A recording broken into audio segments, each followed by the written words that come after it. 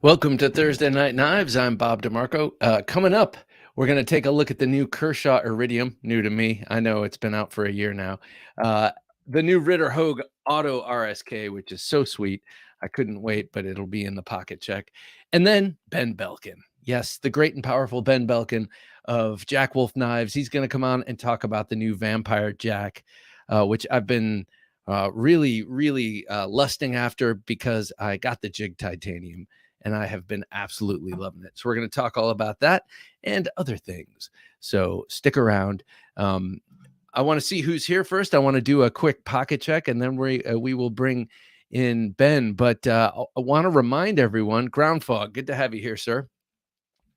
I want to remind everyone, and again, another awesome guy, Dave, this old sword blade reviews. He also has the Auto RSK Mark I. Craig Vincent, nice to see you. Wow, on time, he says. Remember, the 4th and the 5th in Conroe, Texas. I will be there for the Texas Custom Knife Show. Can't wait. It's going to be really cool. I'm very excited to meet Doug Markida and to see Jay Nielsen again, and then a bunch of other awesome Forged in Fire and otherwise knife-related people. It's going to be a lot of fun. Blade Ogre, good to see you here, sir. Here it is, the TexasCustomKnifeShow.com. Check it out for tickets. Hi, for one, I'm very excited to go to Texas. It's been never. Well, no, that's not true. I've driven through it, and I was a young, stupid teen. Dion Page, nice to see you, sir. I'm hanging with a friend tonight. Sorry, knife friends, but some things have to come before knives. Okay, one thing. Have a great Thursday night, knives. Dion, right back at you, sir. Enjoy your actual human interaction. That's always something you got to do to ground yourself, and we enjoy that. But sometimes when we're really craving knife talk and we can't do it in person because there's no one, within shouting distance, we got to congregate here. But Dion, have a wonderful evening, sir, and a great weekend. Never Enough Knives, 007. I hope this Thursday Night Knives finds you well, junkies, he says. Huzzah, and the same to you, sir. James Moore, nice to have you with us. Hello, fellow junkies, he says. James Moore indeed is a junkie of the highest order with some very top shelf folders. Ryan Dye, nice to have you here, Ryan. What's up, Knife Warriors? Oh, I like that. Knife Warriors.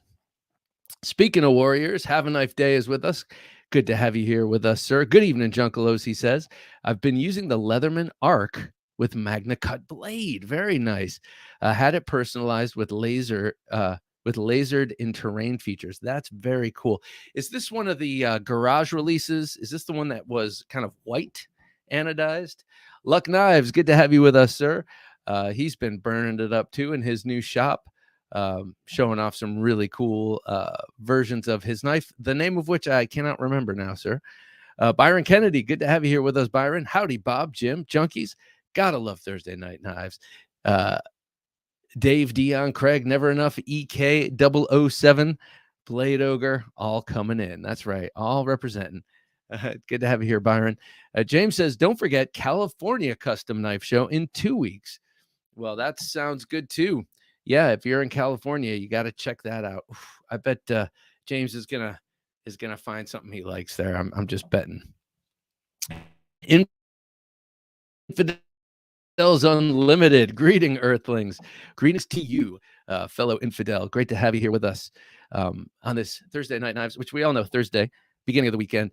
Romeo Jr. Tupas, good to have you here with us, sir. Hello from the Philippines. Awesome, man. Great to have you with us. You might recognize some of the blades behind me. How nice to have someone from the Philippines. It's so cool. This show, some nights we have a couple of people from Australia. We have a New Zealander that chimes in. We have people from Europe and now the Philippines. How cool. And then Canada also, and Mexico. We've got a lot of international. It's a very cosmopolitan show right here, the Knife Junkie podcast and Thursday Night Knives. So awesome to have you here with us. All that said, let us get to a pocket check.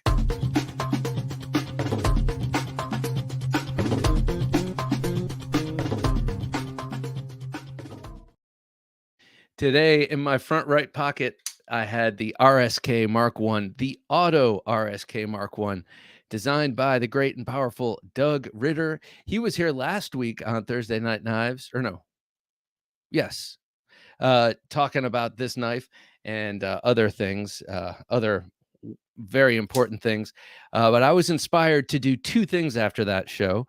First thing was buy this knife because I know that buying this knife, KnifeWorks exclusive, puts money into Doug Ritter's pocket, which allows him to continue to fight for our knife rights. So I went out and bought the, knowing that Hogue is going to make a killer out the side automatic, and there is no disappointment there. This thing is super strong, really nice action, has the lock and everything. And I do like the lock, actually. If it's there, I use it. If it's not, I don't miss it. But the other thing I was inspired to do, and I finally did it, I've had him on the show a bunch of times, and it was finally this time where I ran out. Well, I didn't run out. I went to the internet and I got myself and my wife a U.S. Shield insurance account. And I don't know if you were here last week or remember Doug Ritter saying, if you have a gun in your house and you ever plan on using it for self-defense, or you carry one out in the field, or you carry a knife and think you might ever have to use it, even if you're in the right, which you no doubt will be, this crowd, you will still be ruined by the proving that you're right, not only in court, but also in the court of public opinion and reputation. So it's a no matter how in the right you are, it's a terrible experience. And to get insurance, like self-defense insurance, with a law firm that is 100% devoted to that kind of law. I don't know. After that last conversation, he's like, I don't care who you go with, but just get it. And I was like, okay. And of course I got US Shield because that's what he recommended, but not too expensive. I highly recommend it if you carry a gun or ever think you might have to actually defend yourself with anything, a stapler, a broken bottle, a piece of rope, a French tickler. Luck Knife says, I'll hopefully be at Blade, Texas behind a table. Oh, that would be awesome. I hope you're there too, behind a table for sure. Have a Knife Day says, I will also be at the California Custom Knife Show. Please stop by and say hello. That's cool. That's what this is all about. I mean, not just this show, but this definitely. But like all of these knife channels and all these lives and everything, it's about eventually meeting in person, if possible. If not, this is awesome. I may never meet Robert Douglas in person. I hope I do. But if I don't, we still get to meet up here. So evening, Robert. He says, evening, Bob, and all. Good to have you here, man. I got 3 beverages, a little bit of bourbon, a lot of coffee, and a lot of water. Have a Knife Day says, it is good to connect with others in the junkie community. Indeed, it is. All right. So next up, I don't want to lose momentum with this because I want to bring Mr. Ben Belkin in shortly. LL Coil J, nice to have you. Los Angeles in the house. Los Angeles. Very nice to have you here, sir. So here, I'll open this by the mic so you can hear it. I had the luscious Vampire Jack. Vampire Jack Mark II. That's not what it's just the Vampire Jack, and this is the second run of them. And this time in 2 flavors of titanium, one totally blacked out with a nice contoured handle. And then this one with that amazing raw jigged titanium. Let's see if I can get some focus. And there it is. And that beautifully hand rubbed, thinly hollow ground S90V blade with the larger sharpening choil. Here's my other awesome Vampire Jack. I thought that I loved the titanium more, and then I opened up the old one again, and I was like, oh, but so they're both just awesome. Right now, there are 3. Well, he can correct me if I'm wrong. I believe there are 3 flavors of carbon fiber and 2 of titanium in this new run. Triple fluted bolsters this time, and just man, incredible walk and talk, and just a great knife. This has been my baguette blade for the past couple of weeks at this point. I've really been loving using this knife and pulling it out at any excuse. Almost did today. I was at a fancy lunch for work, and I don't do that ordinarily. And actually, I did incidentally leave that occasion feeling like, I am not a high polish. I'm more of a stone wash. And I need, not that I need to get super high polished, but after leaving that event, I was like, you used the wrong fork for your salad. You know this. You knew this in high school, and I just I just used the fork I saw, and then I noticed everyone else finished, and I had to relocate my fork so as not to look like a total idiot. But so anyway, I'm a stonewash. Someday I'll be a high polish if I just work at it a little. I was going to pull this out, but I had already made a number of faux pas, and I figured, why go there? Why not just use the knife they gave me? Okay. Next up, this one I've been trying to figure out how to carry, and I'm not sure. This is the closest I've come to it, though it's not comfortable in all positions yet. So I might have to change it up a little bit. But this is the Armiger from DeMarco knives. This is the this is the bayonet ground drop point with the secondary third of that blade sharpened on top. Now you don't have to get this serrated. I just figured, why not just go all the way, go totally extra first, and then I'd like to get a black version of this without the serrations, and I'd like to check out the Tonto. Not interested so much in the clip point of this. I have so many cool small clip points, but that bayonet grind with just part of the top sharpened, I love that. I think it's so cool. And I love that you can extend your thumb. You can just tell that it was made to really put your thumb on the back and exert force if need be. But just a really nice knife, very comfortable in hand. I do find the rubber is a little bit grippy, or the rubberized handle is a little bit grippy. I mean, which is great. But it can certain materials snag certain dress type shirts, but maybe I just shouldn't. I'm not sure if this is a daily carry in the waistband kind of knife for me. Pat D's Nuts, nice to have you here, sir. Made it, he says. Yes, indeed. Good to have you live and in the house. Will B says, hey, Bob, Jim, and fellow junkies. Will B, always a pleasure, sir. Robert Douglas says, don't forget that like, bros. Yeah, that's right, bros. Don't forget, bro. It feels weird. I'm a dude guy. Dudes, bros. Don't forget the like button. Northern Knives, good to have you here with us. Hello, Jim, Bob, and all the junkies. Northern Knives, great to have you here. A new patron with us. It's very good to have you. Craig Vincent, always a pleasure, Craig. I had a busy knife life this past week or so. I sold 14 knives, 4 on NAF sale alone. Bought 8 and modified 3. I wonder what's next. That's cool. Write down below what you bought and what you modified. And as you do, I'm just going to say my emotional support knife today, my ESK, was the large CRJB Pyrite. What a great knife.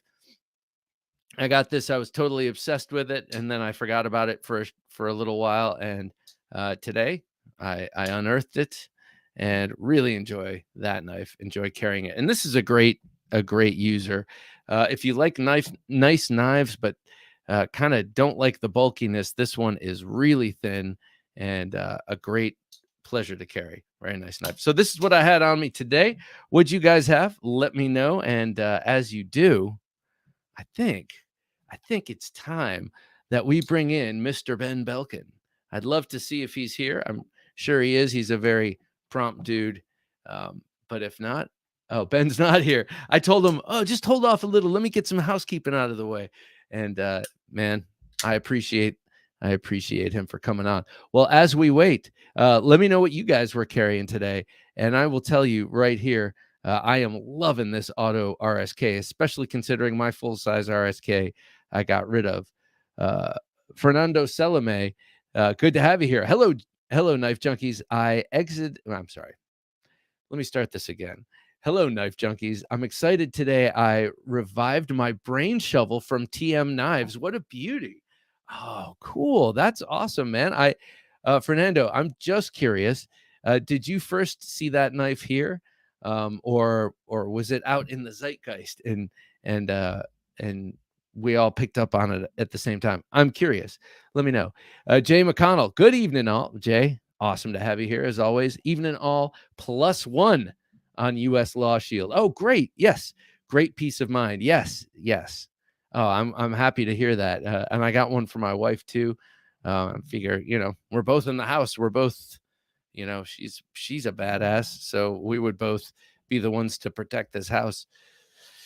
Got to do it. They even have a rider for underage kids. And I'm like, they wouldn't be in trouble with me. That's for sure. Byron Kennedy says, Carrie, Nova 1. Yes. Let me start that again. Byron Kennedy, Carrie, Nova 1. Off-Grid Necker, awesome knife. Case Sodbuster Jr. Is yours in the yellow Delrin with the CV steel? That's what I have. Love that thing. And the Milwaukee Fastback Jr. Very nice. Those Milwaukee knives are pretty good. I've had one in my car for years now. It's a folding carpet knife, so it's got that hooked blade. B. Walsh, nice to have you here, B. Carry today, Vampire Jack, excellent. Walsh Metalworks, Angry Pumpkin, love it. I don't know that knife at all, but I like the name. Oh, well, it must be yours, B. Walsh. I need to see what that knife looks like, sir. Victorinox Compact. CWF Micro Arcadian, Christian. Wait, what's CWF? Big Idea Design Mini Click, nice, and the CRK and Cosi. This sounds like really nice, Carrie. I need to see your Angry Pumpkin. And what is CWF? Why am I'm having an old man moment. Northern Knives says, Ami today is the Chris Reeve Knives small Sabenza custom graphic in BG42. Interesting. Is that an older steel is this an older Sabenza? Curious. The Three Rivers Shadow in black G10. Very nice. The tactile turn button lock zirconium pen and a Benchmade shootout. Oh, very cool. I like, I just unearthed, since I'm going through a pretty hard slip joint phase, had to get out the proper, and the proper is not so proper. At least my proper was from the very first run or generation. They didn't quite get it down. It's very soft and floppy, if you will. Blade Ogre says, carrying the John Demko Riverwolf. That's a cool one. The Praetorian Swift, the Sniper Dashi. Oh, that's a cool one. I really like that. That is a Sniper Bladeworks kind of skeletonized handle neck knife Kiridashi. That's very cool. The Moore Texas Trapper, Baron Sons Baby Bowie. I'm getting so much slack for saying Bowie. Flack, I mean. So I'll say Bowie right now. Hinderer XM18 Recurve. Love that one. The Half-Breed MILF. I'm sorry. MILF.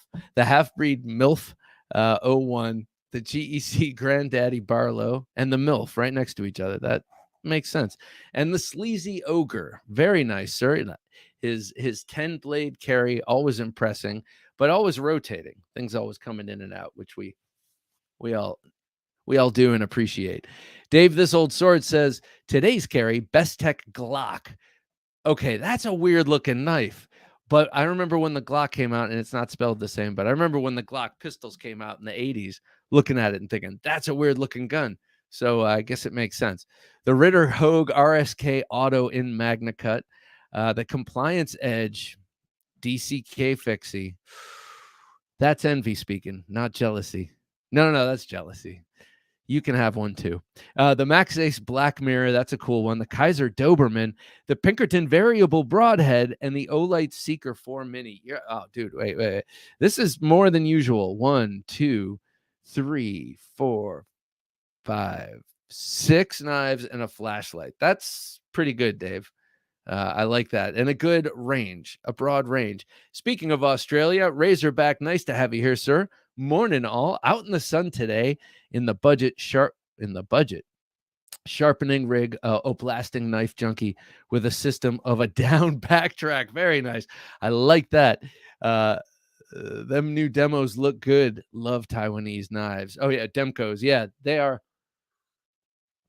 really good. And then their Demko design, and then they're made in Taiwan, no doubt, in one of the awesome companies that they're used to using. Probably the one that makes the 20.5. I do like that this is serrated. I gotta say, a little not surprised because it makes sense, but I was a little weirded out to see not the serration pattern that Cold Steel uses, but more just the traditional 3 peaks and 1 divot. So, but very, very cutty and nasty knife is that. A little Coil J has the mini Emerson 15.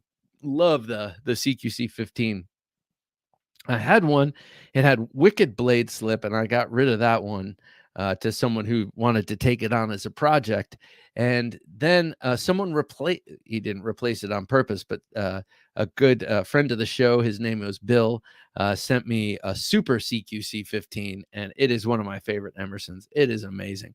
Macho, how's it going? Sup, Bob? What's up, junkies?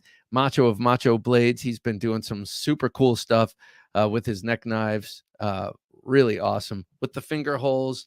I'm big into finger holes. We were just talking about the variable broadhead. There's another neck knife or small style knife that is going to stay anchored in the hand. That thing's not coming out, at least not with a lot of associated pain in the other person. Will B says Grimsmo Norseman, Hinderer XM24 Battlefield Pickup Sponto, Protec California Custom Knife Show Mordax, the Weeziphius, the Civivi Incisor 2. Incisor? That's a weird name for that. Sort of. Tempest Pinion, Kaiser Sheepdog, the Axial Shift, the Hogtooth Nova 1, the Riot Exo, and the Bastinelli Mako. Damn, man. That's pretty intense. But the Civivi Incisor, I know to incise is to cut, but I think of teeth instead. Jay McConnell, today's carry was a Magna Cut Tanto Umnumzan, a natural micarta laid back jack. Oh, very nice. And a Deca Warney. So my laid back jack from the first run and the micarta days is the black micarta. And this is some of the best micarta ever. This is really like taking on, those are my hand oils, man. And yeah, really nicely patinaed. Luck Knives, one word. Arius. Very nice, sir. We have an aristocrat. I love that Koenig Arius. I can't see myself ever getting one, but I do love it every time I've picked one up. It's been amazing. And that's been like twice. Each time it's been awesome. 2 blade shows in a row. Fernando Salome, yes, you would have a bad influence on me.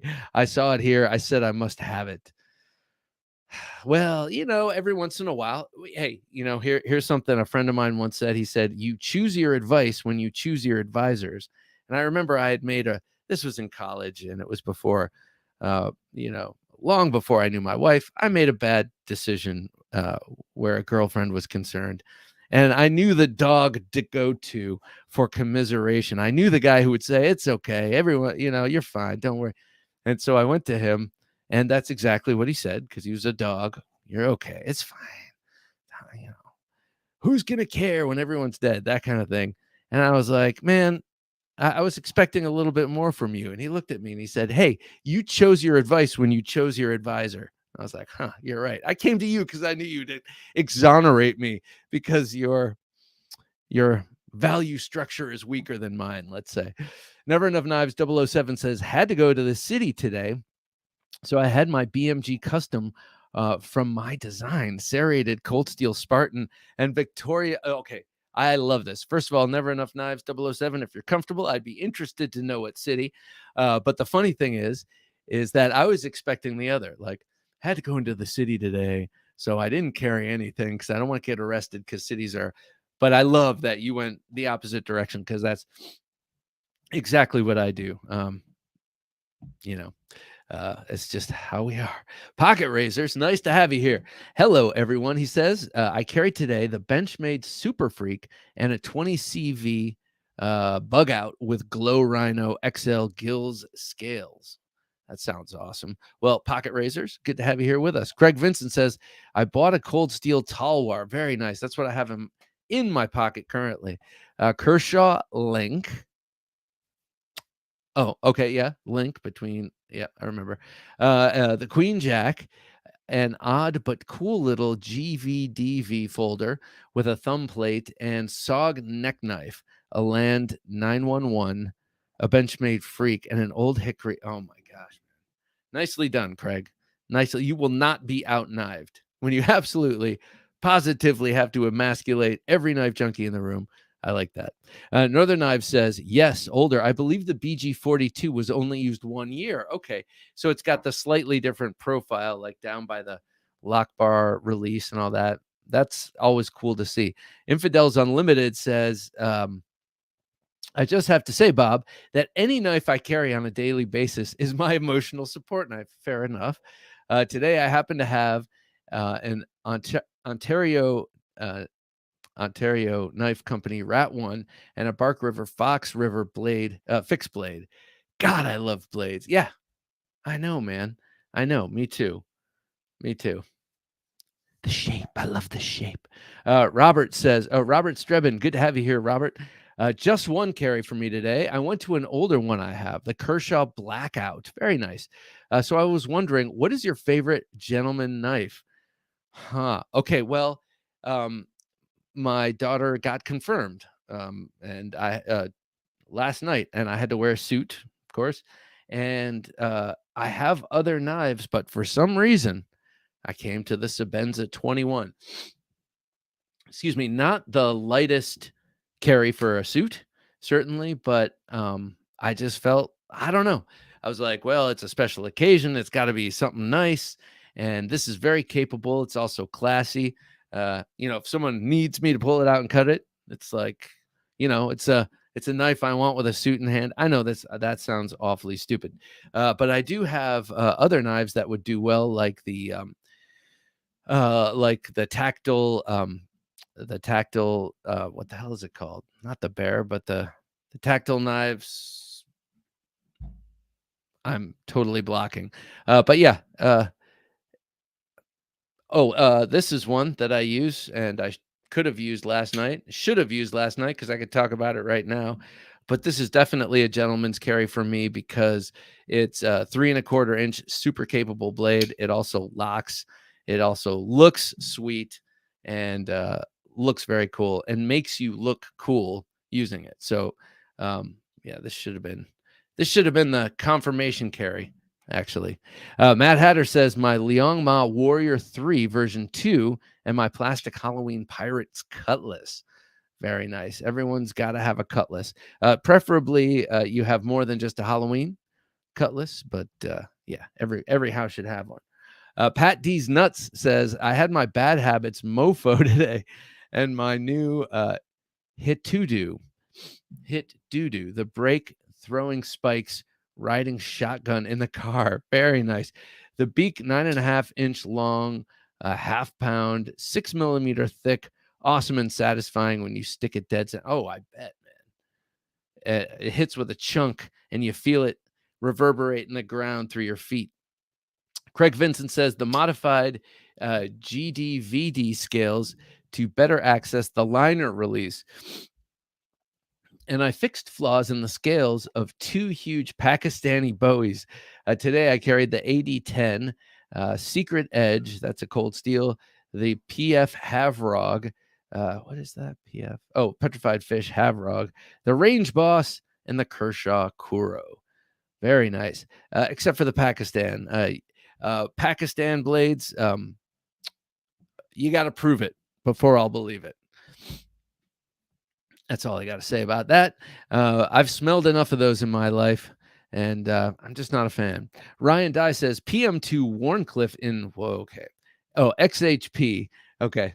I thought that was the steel. Orange Sheepsfoot, ORG Sheepsfoot, Gerber Center Drive. Oh, okay. New knife. Gerber Center Drive, Streamlight Protac 2 Smith & Wesson 44 Magnum.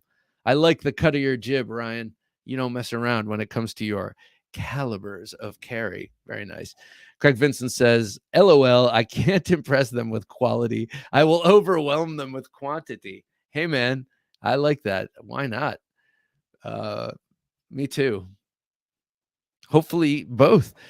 Five Door says, greetings. Well, good to have you here, Five Door, as always. Strider TKF-1 and Tactile Bear. Is the TKF-1 TK421, is that a fixed blade? unsure. Speaking of Mexico, well, because I mentioned it a while ago, Professor EDC, good to have you here. It is a pleasure. And so Professor EDC, you may know, is the South America contact or distributor of Jack Wolf knives. And speaking of Jack Wolf knives, we have Ben Belkin with us of Jack Wolf Knives. Ben, awesome to have you here, man. Good to be here, Bob. Appreciate you, and I've been enjoying listening to your pocket checks. Thank you. Well, please tell us what you were carrying today. I knew you were going to ask, and I can't tell you because I had a prototype in my pocket today. That's part of the job is you got to prototype stuff, and you can't just look at it. You got to carry it, got to use it. So, yeah, it's been cruising with me all week, and so far I'm mostly satisfied. Ooh, that's awesome. Okay, so let me ask you this. When you do a second run, like you're doing currently, like this knife, the Vampire, which is now out in 2 flavors of titanium and 3 of carbon fiber. Is that correct? Correct. So this is in dealers as of last Friday, and going fast, no doubt. But when you do a second run of a knife like this, do you have to prototype them too because you're using different materials and stuff? Yeah. So so specific to handle material, like if I'm going to implement a new handle material, I've got to kind of have that sorted out before I even apply it to, for example, that knife. Because, there's the way the timing works is if I've never tried, okay, let's say I picked, I don't know, let's just say purple carbon fiber. I never used it before. Obviously I have, but let's just say. So if I was like, hey, I want to use purple carbon fiber on this knife, and then I order the knife and I order the handle material and send it in, now there will be time for them to send a sample with the purple carbon fiber, but if I'm unhappy with it, I might not have time to order something else and have it produced in time, because a lot of the handle material in these quantities is made to order. Not everything is available. So conservatively, what you need to do is you need to sort out these handle materials in advance on, for example, prototypes of knives that are forthcoming, like new designs. Gotcha. And then once you sort out the handle material, at least the way I like to do it, then I can go ahead and order it on a production run, because it's like one less variable I have to worry about whether or not that's going to work. I would imagine you went through that in spades with the Ultim, because it is a material you've never used. Yes, and the good thing about Ultim is that it's relative. I mean, you can find it, so you don't have to wait 3 months to have it made, which is nice. But how to finish it was a challenge, because you don't have to just worry about the finish on the top. You also have the finish on the bottom, because you see through it. So you can't neglect how they're finishing the bottom of it. And so is it finished off a machine? Are they finish it rough? Are they blasting it? Are they polishing it? Like, you see it a lot of different ways. So we went back and forth on that one a lot.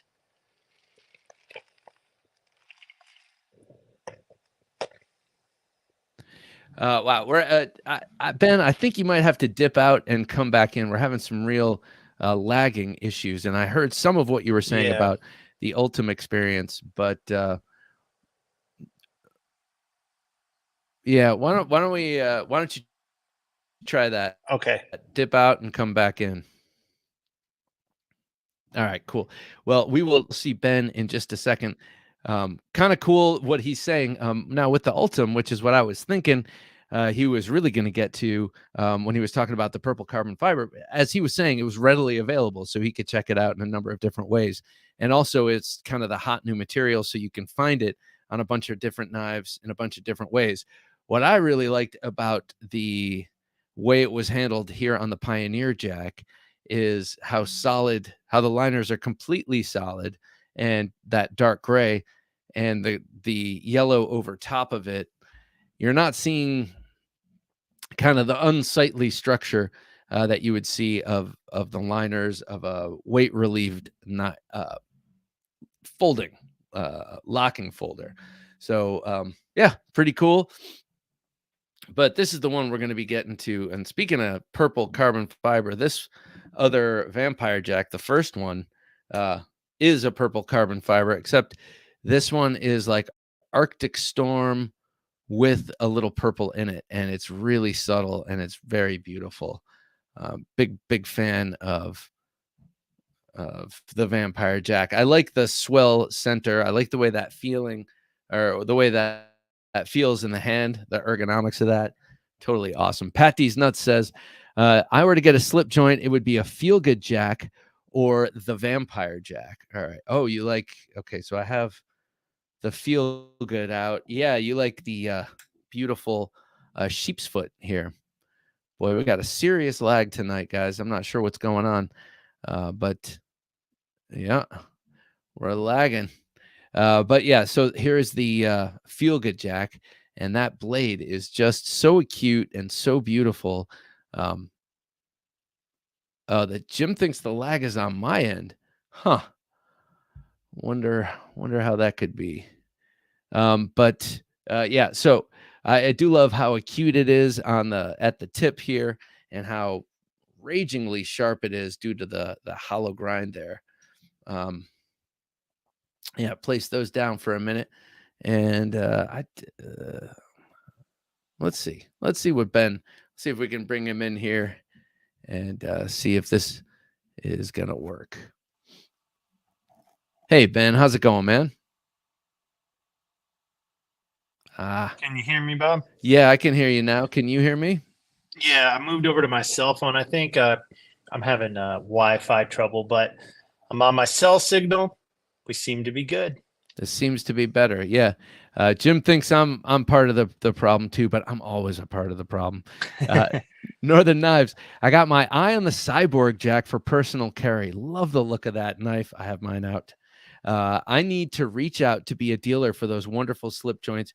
Great work. So Northern Knives up in Alaska. You got to check them out, Ben. Here is the Cyborg Jack. I was just predicting everything that everyone was going to talk about tonight. But I love this one too. This is something I love about this is just how unique it is. This is nothing like this has ever been done, ever been made, with the angles and the facets. Okay, the Feel Good Jacket is, says Pat D's Nuts. He was saying for him, it's the Midnight or the Feel Good. And so I happen to have the Feel Good out and showed that to him. Byron Kennedy says, I think Jim is right as usual.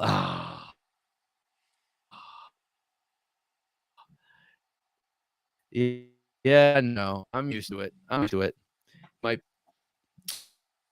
Next week I will hardwire again. It seemed the lag got really bad with a hardwire a while ago, so I quit that. But in any case, well, okay, there we go. So let's talk about your decision to do a second run of the Vampire, because you haven't done a 1-for-1 redo of everything starting from the beginning.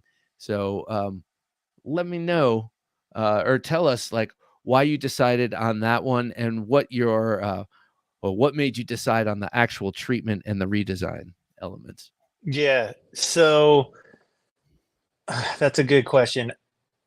As you know, we started doing repeats. Like we did the laid back Jack, and I wanted to spread the sharpshooter out a little bit because we had just done the gunslinger, and I didn't want to put two gun stocks together. So that's why I did the laid back.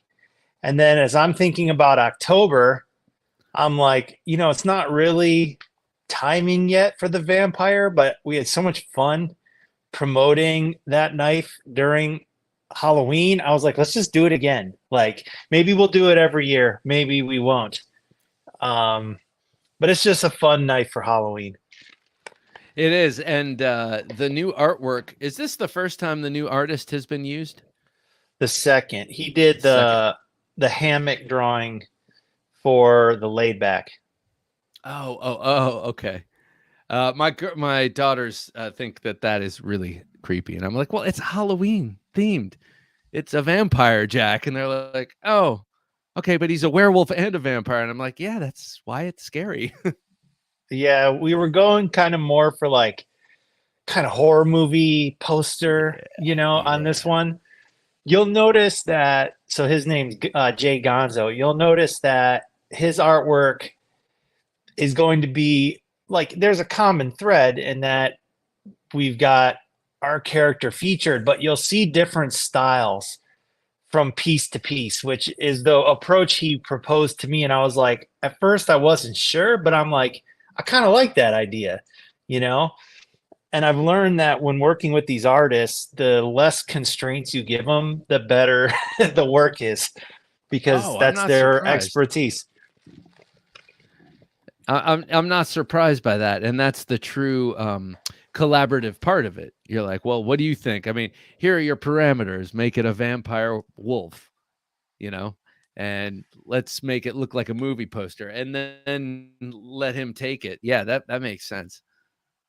Yeah, it's a lot of fun. I really enjoy working on that stuff. You guys are going to love what's coming down the pike from him because I'm really impressed. And I'm already starting to think about, I got to figure out who artist number 3 is going to be. I've got some prospects. One guy I really want to talk to, but I can't never get a hold of him. So that's like a red flag, because Yeah, yeah. I need people to get the work done. And I don't know if this guy is going to be reliable, but I just love his art. So we'll see. Oh, yeah, It's always something. that's the problem with doing work with artists. Love the terror movie poster. Look, says Byron. I shouldn't say that. Plenty of artists and craftsmen and women have discipline with the emails. That's what it takes. You got to have that discipline. I say that because I know that, at my job, I have a creative aspect of it, which is 75% of it, which is what I love. And then that 25% of like making appointments and scheduling shoots and all that stuff. You know, but it's discipline. Got to email. Northern Knives. Bob, always on the ball with the knives on hand. Yeah, that's right. Well, I think it's like sleight of hand where you just get people to think about a certain knife. Like, my dog keeps barking and it's making a mess. And it just so happens I have the dog leg jack right here. That wasn't very well done. I have the canine here. But when I was pulling out Jack Wolf knives by the way, I've totally changed how I store these knives just in the past 24 hours. And I had them all lined up on a little shelf on my knife case. And one day I stopped and realized, like, oh my God, if someone walked in here and didn't even know what they were and just saw these little leather things, they could just go and have them all in a bag like that and be out the door. Like the guy who works on not that, our plumbers are fine, but if the plumber came in here and was just like, I'm quitting this job tomorrow. What are these? And so I cleared room in one of my locking drawers. One of the things I liked just having them out, looking at them, but now I have them all out of their cases, and all their cases are labeled so that because they all fit just right. And I have them out, and I can look at them all, and that's how I should have been doing it over these last months because it's so cool to see them all lined up. I think it's nice to have, of course, if people can afford more than one, it's nice when you have a group of them because that's Mm-hmm. when you can really appreciate the stylistic differences between some of the pieces. Like, hey, look at this spear point. Hey, look at this clip point.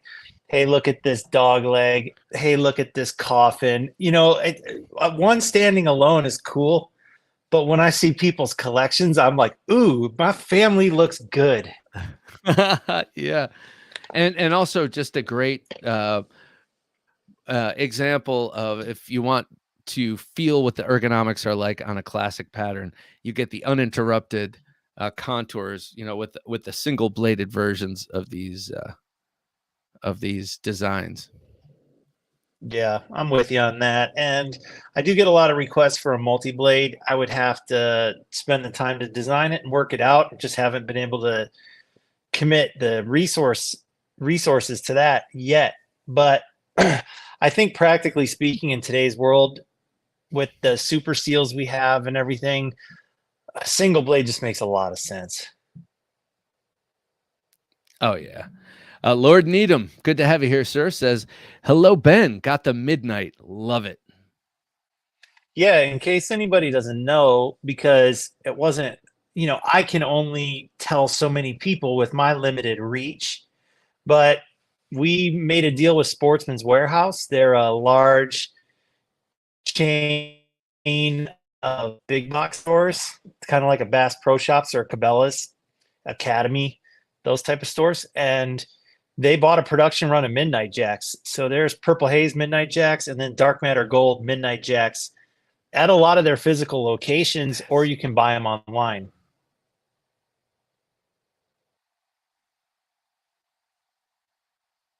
Professor EDC says, hey, Ben, glad to see you, my friend.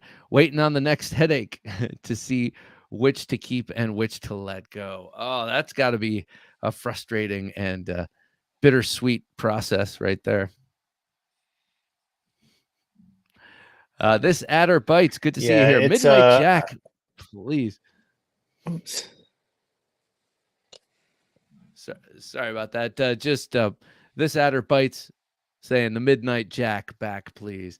Everyone loves the Midnight Jack. I mean, what's not to love? Well, I don't have it out, but it's a blade very much like this, but just broader and so much utility and beauty in such a straight edge blade. Robert says, "Here you go. Yeah, here you go. Make the Christmas Jack and call it Santa's Little Helper." Wait, that's funny. We've heard some funny suggestions. What we had one not too long ago. Someone had an idea of kind of a funny, but it would be kind of a cool jackknife for you guys, and it had a hilarious name. But that's a terrible story because I can't remember it. Bill Springer says, "Thanks for the heads up on the midnight, Ben. Nabbed the dark matter gold while at my son's wedding. That's hilarious. Nabbed the dark matter gold while at my son's wedding." Man, first of all, that shows how much you really love Jack Wolf knives, and that's amazing. But man, those dark matter gold really good. Equal my big bro and my little bro, I would call those sleeve boards. If the point blade like a bull knife C15 or GC86, an equal end. I had trouble designing that, to be honest with you. I've tried a few times, and every time I try to get it right and get the pit through in the right place, the blade handle ratio is all wrong and just looks funny. So kind of like one of those ones where I've just had a hard time, but I'll keep trying. I would imagine with an Did we equal. draw? Yeah, we're having a little bit, but I would imagine with an equal end jack, you have the matter of fitting that blade. Well, no, the blade doesn't have to fit completely into it, obviously, but I'm thinking of the Churchill. I love the GEC Churchill. That's an equal end jack, or it's not a jack actually. It's an equal end. What is that? A Congress or what? It's not a curved blade. Ket McNessart, good to have you here. Howdy, Bob, Jim, and Ben. What a great surprise! Yeah, but we're having some issues, and I'm told it's me, and I believe it. There he is. All right, man. So we were talking about the sleeve boards, and yeah, you do have sleeve boards, and none of them do I have out here, but I would say the big bro and the little bro definitely. Yep, those are my sleeve boards. And the Midnight Jack, it's a coffin Barlow, but it has that same wider in the back, tapered to the front sleeve board shape. It just doesn't have the semicircle butt cap or end cap, And then he asked about an equal end. I don't know if we got cut off, but I tried to design an equal end a couple times, and every time I design that thing, it looks like Stevie Wonder did it, man. It's bad. And because I don't know, that one has been the bane of my, existence as far as a designer goes. It's been really tough. Like, one thing that a traditional knife, a pinned slip joint, has as an advantage is you cannot tell if it's well made where the location of the pivot pin is. Like, it's blended in real good. So you just mean into the polished bolster? exactly. Okay. So if you get one in just the right light, you can usually faintly see the outline of the pin. But typically speaking, you have no idea where that pin is. So if you take, let's just say your bolster's a square, it could be in like the southwest corner of the square, but it doesn't look weird. But in a knife with screws, you know exactly where that screw is. Yeah. So, so it's just the kind of thing you start to notice when you design these things. So I have to have my screw more or less centrally located. Mm-hmm. And sometimes that affects, well, it definitely affects the location of the tang and its relationship to where the bolster is. And so it's a design constraint, let's just say. And that design constraint sometimes creates unfavorable results when you put the whole knife together. So it's like, okay, my blade to handle ratio is terrible. I could get more if I brought this down and then swung it out. I could get more out of it, but I can't because then the pin's in a weird spot, just stuff like that. I didn't think of that. You can hide that weird location on a traditionally built slip joint. Yeah, I was just going to say that's absolutely right, and I don't have that luxury. Right. Speaking of screws, I have a question for you, but first, this Adderbite says, so I've been wanting a midnight jack for more than a year now. Stumbled on this stream 5 minutes ago. Heard you mention the Sportsman Warehouse availability. Just bought a Purple Haze one. This Adderbites, that is a success story. I'm very, very happy that you're tuning in here led to that. But this isn't about me. It's about you and your brand new Jack Wolf knives. Jack Wolf knife, that's awesome. The Midnight is a sweet knife, and it's great that you got one after more than a year, and you got a special one, no doubt. Yeah, it's got different tube art. It's S90V. I have a. What's that, Bob? I said, God damn this lag. I have a question for you, and it is about screws here. On the titanium here, this one has a screw here. This one does not. Is that because on this you can cover it with the carbon fiber, but here it's a solid slab? Exactly. If you were to take the carbon fiber cover off, you would see a flush kind of cone-shaped screw that's countersunk into the titanium in the exact same location. Okay. Yeah. I didn't want to do when it comes to these knives. I've not taken them apart. Just don't want to. Yeah. I know you. Well, I was going to say, I could have done the titanium with removable titanium scales. But I was like, I don't really want to do that. I want to have two slabs, And so that's why the screw orientation is different. And you'll also notice on the bottom bolster, on the full tie, the screw is in the bolster. But on the inlay version, the bottom screw is actually under the inlay. So they can't use the same springs because the hole in the springs is in a different spot. Like they are unique, each one of those. How about that? That is interesting. I mean, because that the fact that affects the spring and all the internals, because we look at this and it just looks like a somewhat superficial redesign, with the bigger choil and the 3 flutes and some of the things that are more obvious to spot. But really, yeah, it's a whole thing. Lord Needham says, "Hey Ben, my feel good is a bit rough and gritty on the action. hints on seizing that out. Hints on sussing that out without disassembly. Yeah. So, okay.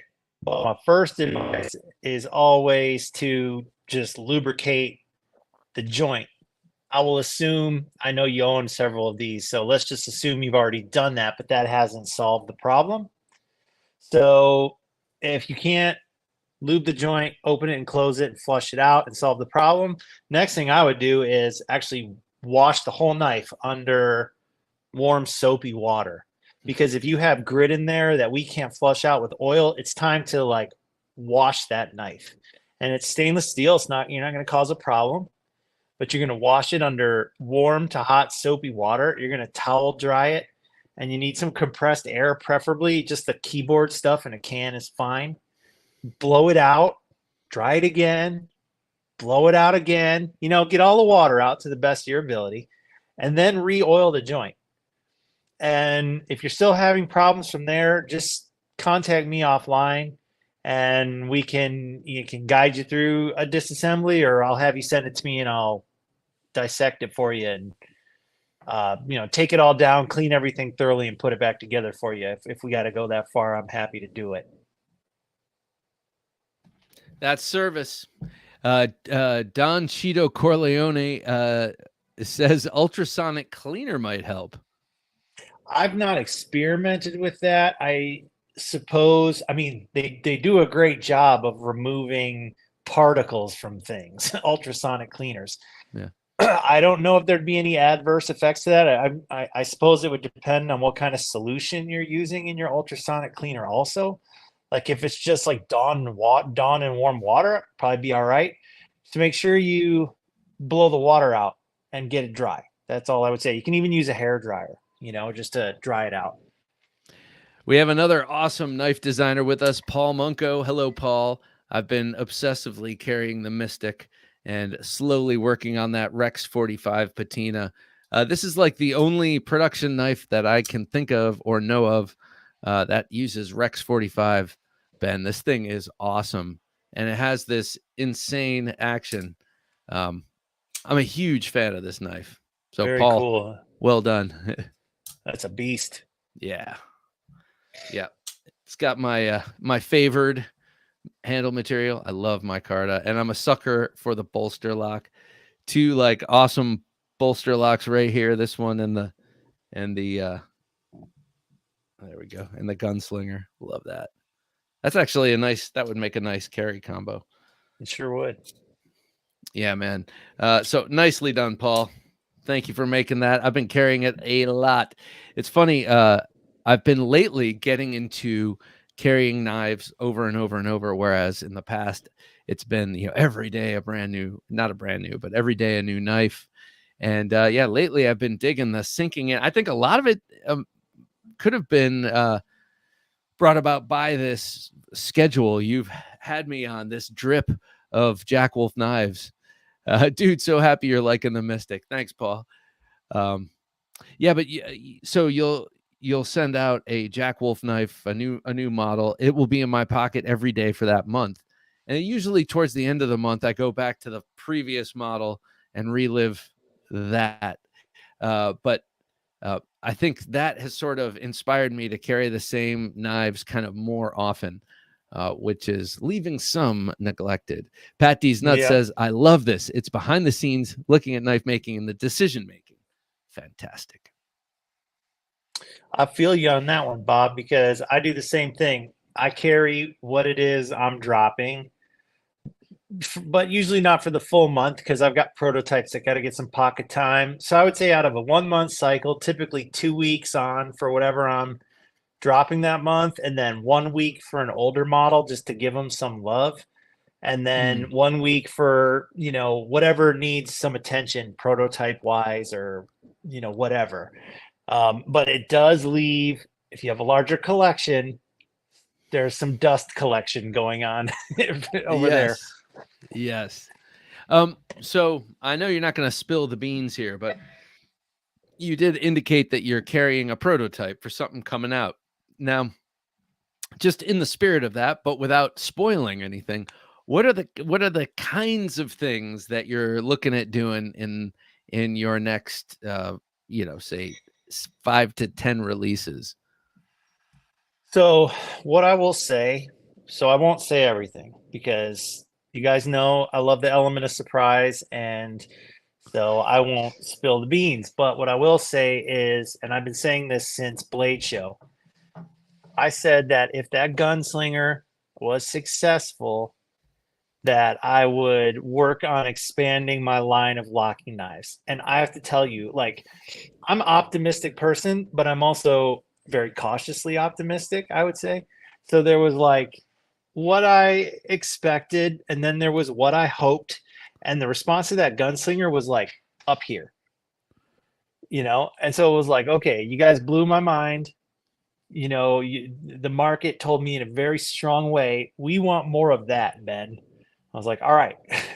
so that's what I'm working on. I'm working on more of that type of knife, converting more of my slip joint patterns that fit that form factor. I've been working to convert some of those over. Man, that is really exciting news. Really exciting news. Hey, Jim, can you put up that comment you just had up? Steve the Ripper, good to have you here, sir. He says, got my black and red vampire yesterday. Dude, there was a run on those black and red ones. The hardest thing I do is picking those configurations. It is maddening for me sometimes because it's hard because you don't have it in front of you. You're trying to come up with it off of a list. Here's my list of carbon fibers I like to use. Here's my list of blade finishes I like to use. Okay. So what about this with this? What about this with that? And like, you're just thinking that, but you don't see them. And until they actually get in front of your eyes, you're like, oh, like that black and red one sure came out good, and then, yeah. and to give Donnie credit, that was his configuration. Donnie's my social media guy who works with me. Oh, nice. Dude, that was all him. And, we looked at it and we were like, yeah, this is really cool. Like, it really suits the model. But then you don't know if that's what everybody else is going to think. But dude, those things went wham, wham, wham, wham, gone. Just gone. I couldn't believe it. Because of we talked about this when the first vampire came out. I love the almost dagger-like profile of the blade. Of course, it's a spear point blade, but it's got that really nice slender symmetry to it, and to me it's kind of one of your more tactical designs. And I thought this one at some point down the road would make a great flipper, just because it's got that vibe to it. I've got to figure out how to do that one, Bob, because when you fold that blade into the handle, you could do a front flipper on it, but you're not gonna be able to get a middle finger flick fuller like the gunslinger has. And I prefer if we had at least 2 opening mechanisms. Right. You know what I mean? So be a good option for thumb studs, I think. But you know what? I've never designed thumb studs, so I've got to understand what makes a good thumb stud, and not just the stud, like the distance from the pivot, what the detent is supposed to feel like. How does having a thumb stud and a front flipper, what kind of detent do you need so that those both work good? That's kind of where my head's been going on a locking version of that vampire.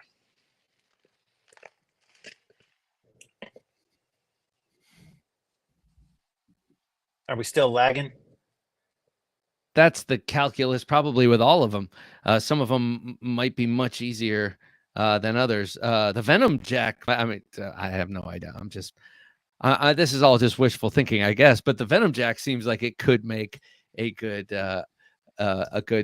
locking knife. And I guess I'll say that about all of them. So I'll quit right there. But Steve the Ripper says that would be cool. A cool front flipper if you could get it like a Pena.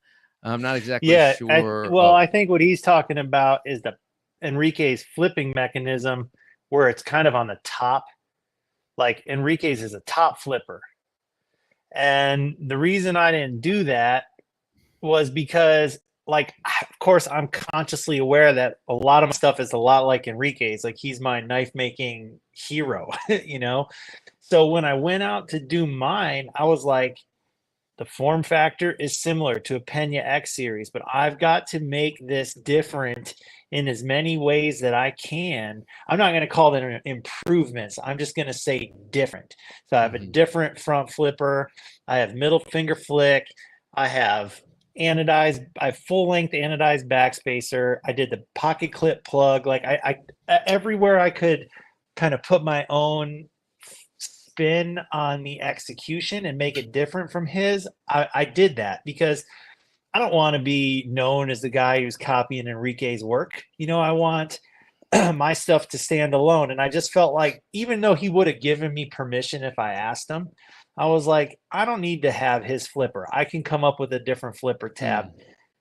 So I appreciate the sentiment, because frankly, I think Enrique's flipper tab is probably the best one in the business. Honestly, like once you master it, it's so easy.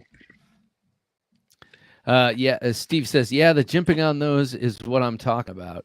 Yeah, I mean, he's got an awesome flipper tab. That guy just has the golden touch. Greg Maroney, the Kaiser Veritas has the best front flipper in my opinion.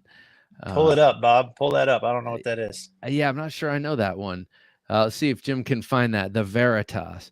Byron Kennedy says, I should not spill the beans, but I like you guys. If one is seeking the all-black Vampire V2, our River's Edge Cutlery had them as of 4 p.m.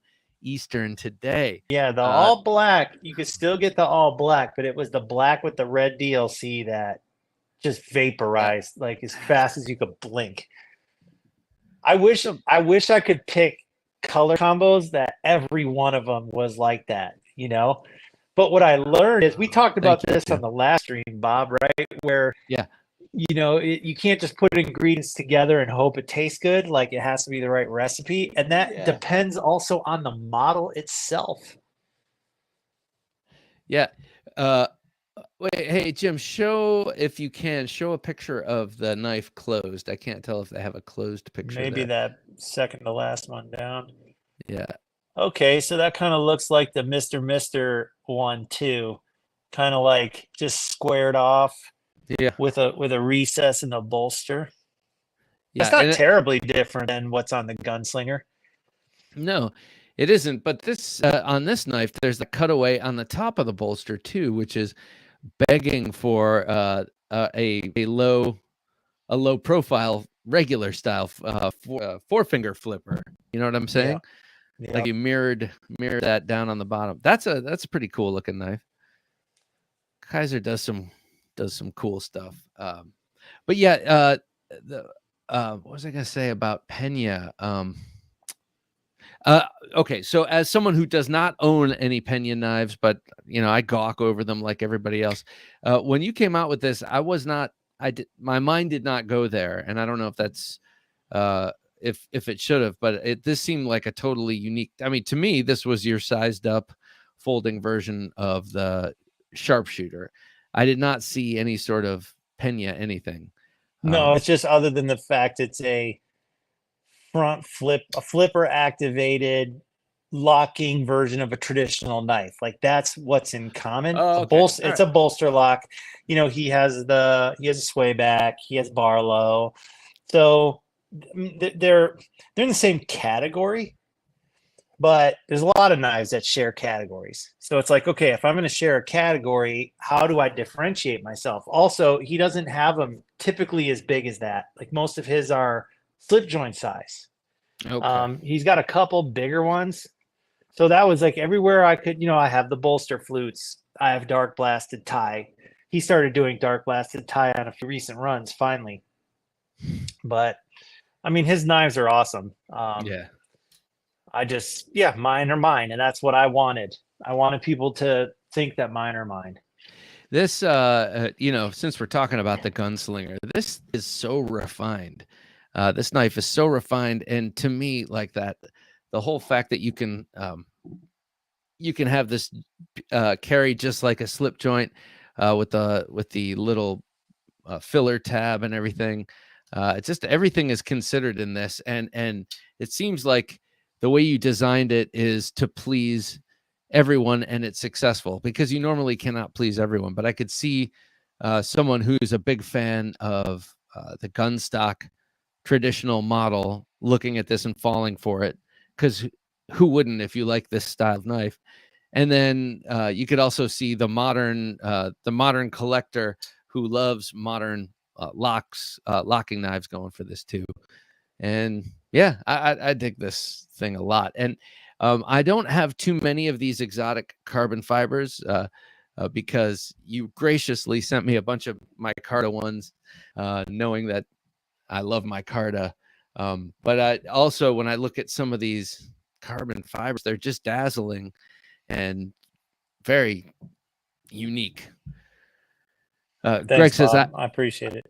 oh, yeah. I mean, Greg says, I don't actually own these slip joints, but damn, they look good. Hey, Greg, they are interesting. I mean, there's a lot of ways to get into a slip joint for little money and kind of feel and kind of get an idea about why people are into them. They are fidgety. It's a different kind of fidget. It's not this. But if you're into that tactile thing, they do supply.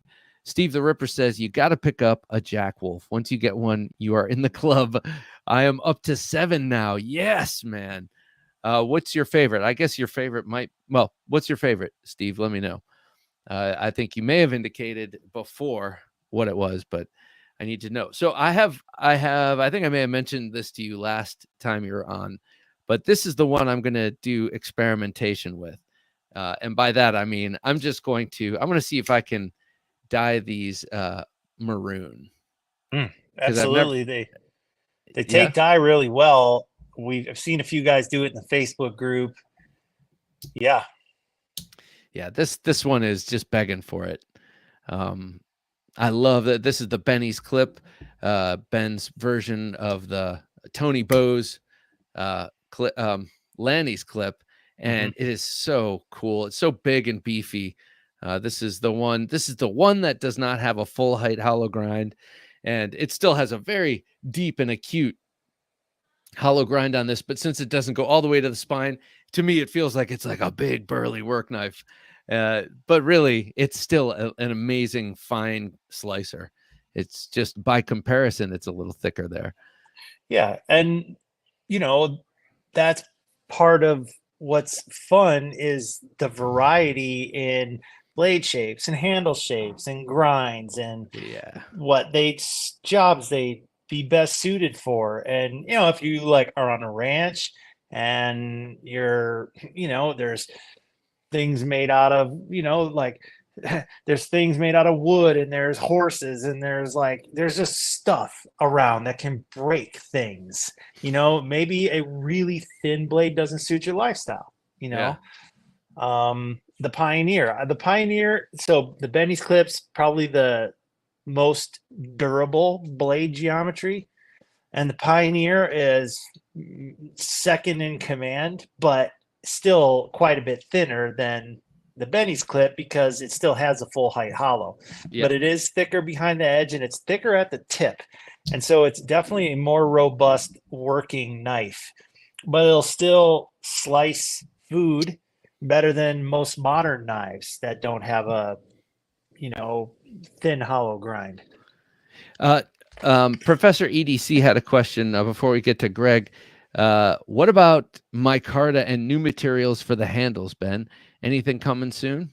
Yeah, there is. Let me see here. I'll try to give you guys just something to chew on. So now I've told everybody what's coming next month. So next month's a little bro. I've made that announcement, and that's simply because it'll be third time's a charm with the little bro. He's been kind of a little bit of a juvenile delinquent, but he's changed his ways. So we're doing the little bro in November, and the hint I will give this live stream is that, let me see, there's 2 handle materials there that you have not seen on a Jack Wolf knife before. So that's kind of cool. Yeah. Oh, I can't wait. I have my thoughts. I'm not even going to say them here because I don't want to, guess. And then you have to say, I'm not going to say, but I have my thoughts, and These materials, like I have no specific one in mind, but anything from this particular outfit would look damn cool on a Jack Wolf. Greg says the whole leather pocket slip with the sick looking slip joint sounds awesome. Yes. Hey, do you know Duty's Daggers? Yeah, Kevin. Yeah, Kevin. He made me a slip for my Ohio River Jack, and this thing is absolutely beautiful. He does beautiful work. And so I'm agreeing with you, Greg. The whole the whole leather slip and slip joint thing is just so pleasing. I love the leather slips that you send with the Jack Wolf knives. They have different qualities, each one. Some of them are more supple, some of them are harder, and I love that. Each slip is a little different, and I always have a period of time where I carry them in the back pocket so that when I sit down, it does the natural compression thing. I want them all to form fit. I want them to be specific to their slips. Blame Dexter. Good to have you here, man. Yeah, I really enjoy carrying a slip joint knife and a leather slip in my pocket. And conversely, I don't typically enjoy carrying a knife with a pocket clip to my pocket. I'm in Arizona. I wear shorts. I'm still wearing shorts every day, and it's almost November. Yeah. And then I'll be back into shorts in March, probably in March. So what I wear jeans November, December, January, maybe 4 months out of the year. Wow. Maybe, and that's what it is here. So when you have, like, the shorts I wear have slash pockets, and if you put a pocket clip on a slash pocket, you lose the entire pocket. You can't get your hand in there. Yeah. So it's like super frustrating. So, and even if I'm wearing jeans, I still like having a leather slip with a slip joint inside. And I've talked about this before, but it's the whole, like, more deliberate, slower process. I'm talking by seconds. We're not talking by minutes. Yeah, but right. Maybe an extra 15, 20 seconds to take it out of your pocket, appreciate the leather, the craftsmanship involved, draw out the knife, take a look, appreciate it, 2 hands to open, make the cut, and then put it all back in. And once you get used to it, I mean, it doesn't take a long time, but you get to appreciate that time. Yeah. It's like you're savoring the experience. You're savoring the knife. You're savoring the act. It's like there's an old Zen lesson. I don't know. Don't ask me exactly what it is, but it's basically like when you're washing the dishes, just be washing the dishes. Don't be, and wash the dishes mindfully. Don't be just washing them to get them done and get them dry. Sometimes you got to do that. But if you're doing the thing, do the thing, and fully immerse yourself. And, that's kind of the slip joint experience. You're pulling, like you said, you're pulling it out. And for me, it's always like, should I put this back in my pocket or set it down, or whatever it is. And then you open up the knife, do the thing, close it up. You get that whole walk and talk. Which, by the way, on the new Jack Wolf is on this one is insane. It's got such a nice, that's a solid 8.5. And I don't generally tend to do that, but that's all a part of it, that experience. I agree. And alternatively, with a locking knife, now look, I'm going to qualify this by saying, if your job has you with stuff in your hands, or you're up on a ladder, and that one-handed deployment makes more sense for you, I totally get it. Maybe a slip joint's not the right fit. But if you, work at a desk or just casual EDC, and you don't need one-handed deployment and one-handed put it back in, whatever the word is for that, then it's nice. It's nice to take a little time and go through that process. In fact, it's like you look forward to having to do it for some reason. Well, also, if you go out to eat with any frequency, a slip joint, you got to have at least one, because who hasn't had the nasty experience of the restaurant steak knives. They're always appalling, even at a very nice place. Dull, and the handles are gross, and they are ceremonial at best. Most of the time, you're better off with a butter knife. So why not just get a cool slip joint? I do find that I will not be taking a knife like this to the restaurant. If I'm going to a restaurant and I think I'm going to be cutting a steak or chicken or something, it's never a Warncliffe, but this was a fave for a while in terms of taking out to dinner. I love a sow belly. This knife, I feel came out to great fanfare, but I haven't heard anyone talk about it recently. And I love the javelina, Jack, because I just love the sow belly, and I think the sow belly shape, and I think the blade on this is just beautiful. You know who I get the most compliments from on that design is the custom slip joint guys. Like I see them at the Blade Show. All those Texas slip joint guys, they love that one. It's hard to get compliments out of those guys for freaking anything, because like they earn their stripes. So you got to come up before you get pats on the back, which is cool. Yeah. But they're really nice, awesome dudes. But they love that one. So like really boosted my ego to hear that, it's like, oh, I finally did something they said looks good, cool. They also like to feel good. I got a lot of props on that one. Oh yeah. Oh man. Well, also like the doctor's knife now, I feel like it's had a recent resurgence. You came out with yours. Well, let's see. Case a couple of years ago, they do the thing where they pull old designs out of the crypt or whatever they call it, and so they featured it a little while ago. And then you came out with yours a little, several months ago. And then I saw Rosecraft has one. Oh, really? I don't think I've seen that. Yeah, it's a pen blade and a spear point, and it's cool. For me personally, if I'm gonna get a double bladed doctor's knife, it's got to be with a spatula. Mm-hmm. With the to stir up the tincture. If I'm gonna get a double. But what I was gonna say, I'm not surprised that the Feel Good Jack did really well, because it's a unique design in being a doctor's knife, but it's also slim and very sort of minimal, and it's got that awesome sheep's foot.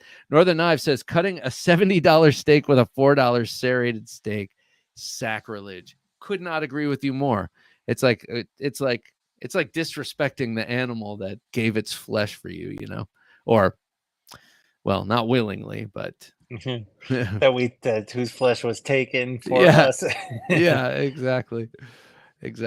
Well, you were talking about locking knives, and we all know Kershaw, and Kershaw had been letting me down for a number of years, and then they came out with this one, and I'd been wanting to get it. Finally got my hands on it, and I love this little knife. This is the Iridium.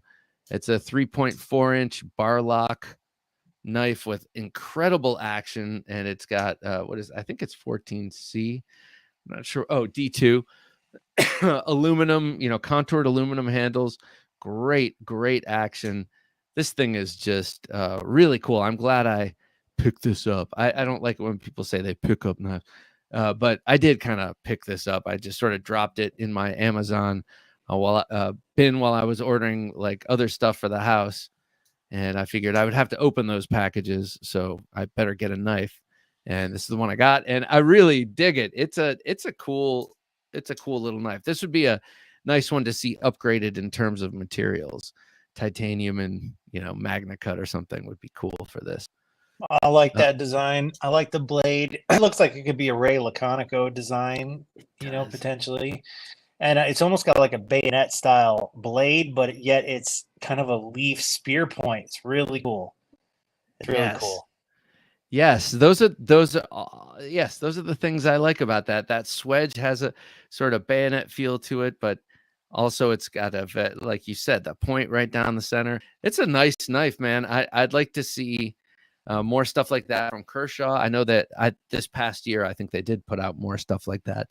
But you know how CRKT, have you been aware of how they've been upping their game with both designers like Richard Rogers, and they have Walker. Who's the Walker? John? Wait. Famous, legendary, fancy pants knife maker, whose name escapes me, last name Walker. A bunch of different higher end designers and higher end productions from CRKT.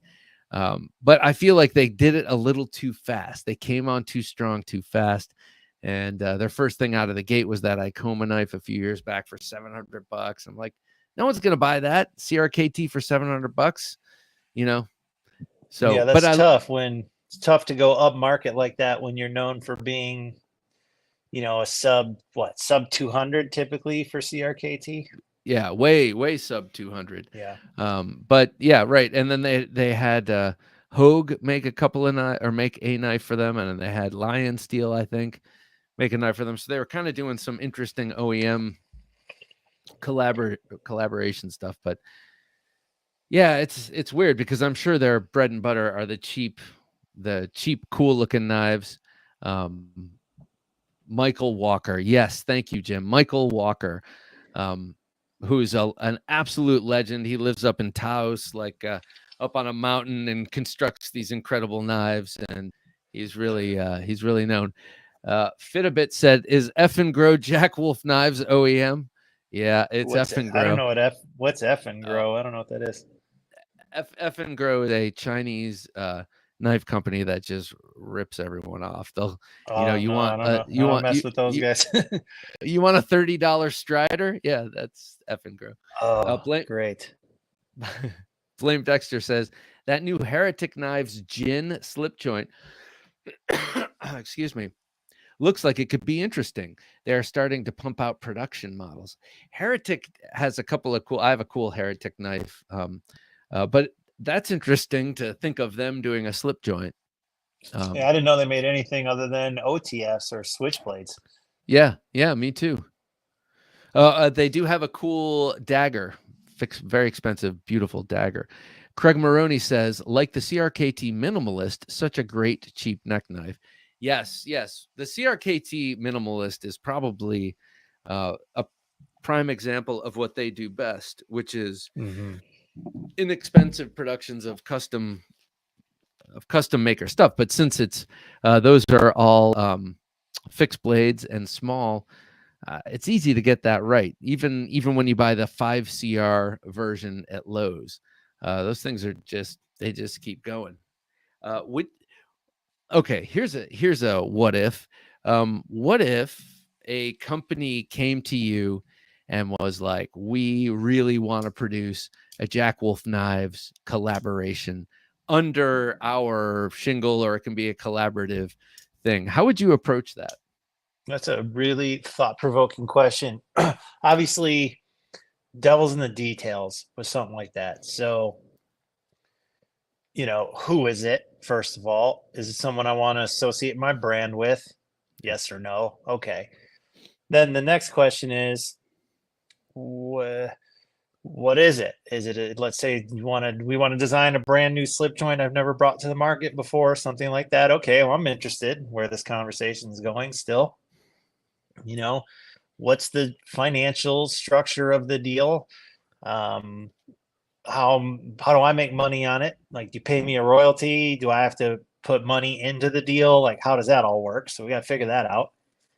And then what is the materials, the fit and finish and all that? Because I'm not going to associate my brand with anything that's poor quality. I've worked tirelessly since 2020 to establish a reputation that I'm not going to throw away over some deal, and then, materials, fit and finish, all that. And then what's the plan for distribution? Where are these going to be available?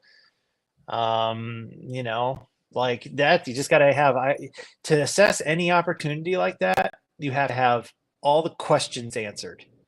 So from a business standpoint, that's a good way to approach any kind of business opportunity is, let's come up with all the questions we can think of, and let's see how many of them we can answer. And if we have to make assumptions, that's okay. If we're going to make assumptions, what are we basing our assumptions on? Do we have facts we can base our assumptions on? Is it gut feeling? Both are valid to a certain degree, you know. So the answer to that question is, Bob, depends. Mhm. Depends on the Yeah. answers to those questions. Would I consider something like that? 100%. But would I do it no matter what? No, not no Right. matter what. That's interesting. I was thinking that the answer would either be a very well considered answer like that, or just a flat out no, because um, that's not the brand or whatever.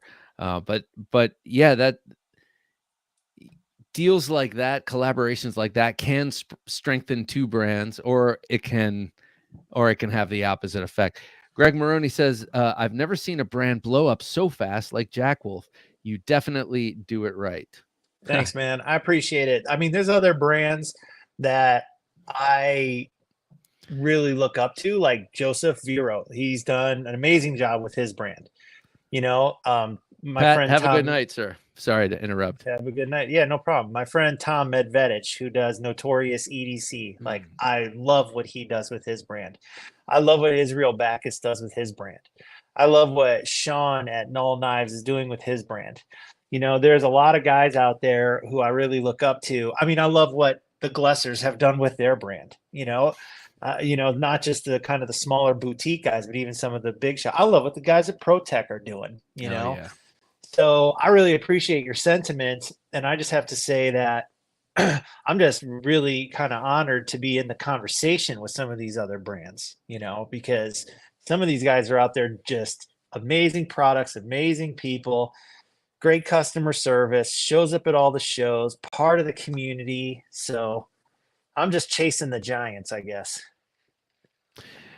Well, plus you have a real business sense and an entrepreneurial, not just spirit, but experience. You've got, I mean, that um, what's the word? Invaluable business experience, and then on top of it, you're a connoisseur of the type that you're dealing with. You already have a collection of very, very high end, very nice slip joints that you had been able to build your opinions out of, and thus design knives from. So that's a really good combination too.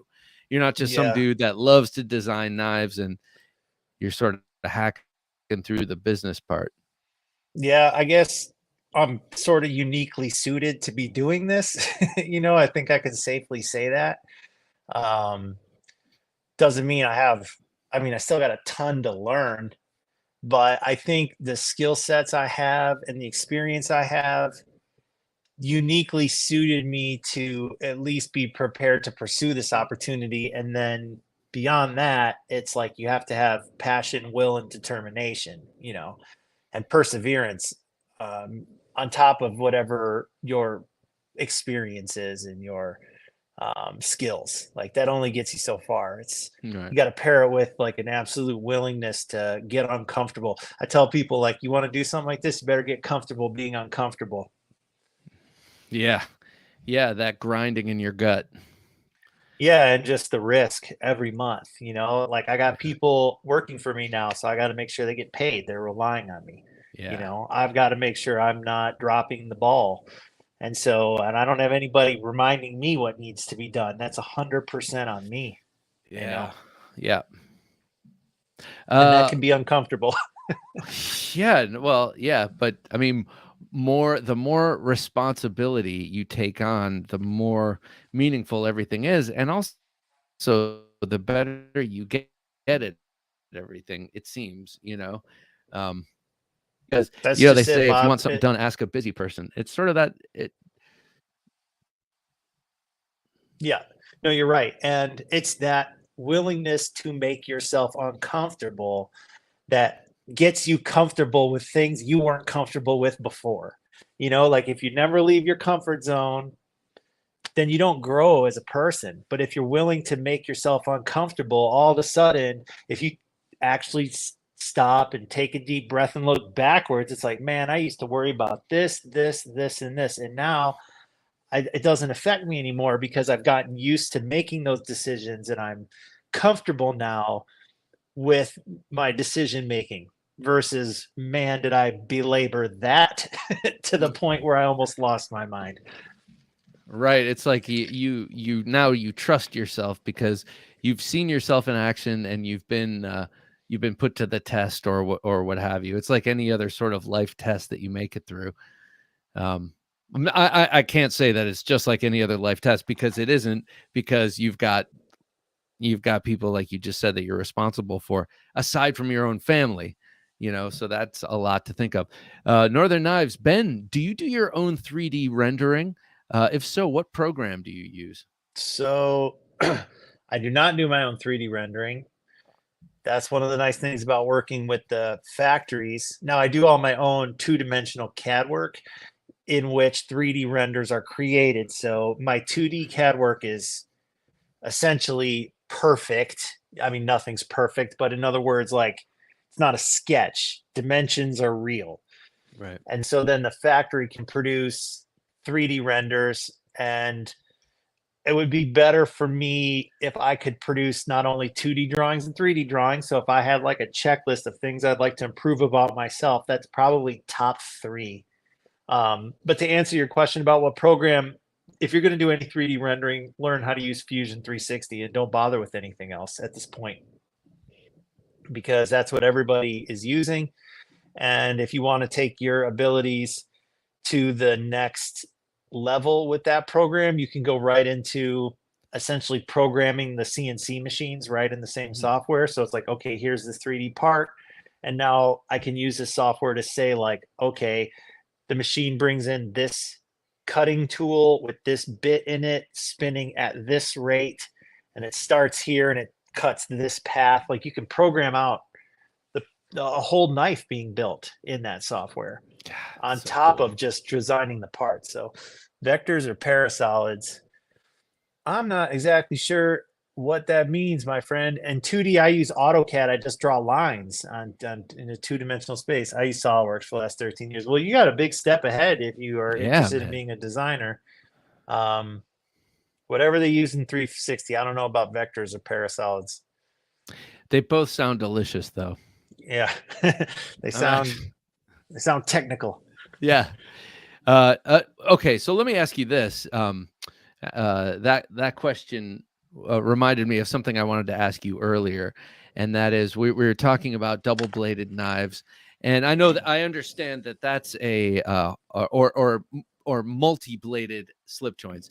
I understand that that is a an issue with how to nestle those blades in. They're not going to all go in straight unless you want to have a really wide blade. They're all going to kind of come in at different angles, and that's a whole thing you got to learn and all that. Uh, and whether or not you want to make a double. Okay, whatever. My question to you is, what traditional pattern that relies on being a multi-bladed pattern or is defined by being multi-bladed would you approach first? Which one is you like the Congress, the canoe, the trapper? What's your feeling on that? Well, okay, so let's define, are we sharing a spring or do we have 2 springs? For sake of this conversation, 2 springs. Okay, so sake of 2 conversations, we have 2 springs. We don't have to worry about offset grinds. You only have to do those offset grinds when you're nesting 2 blades inside 1 blade well. Okay. So you can but you get a thicker knife with 2 springs because you've added a spring and you've added a liner right in the middle. Okay.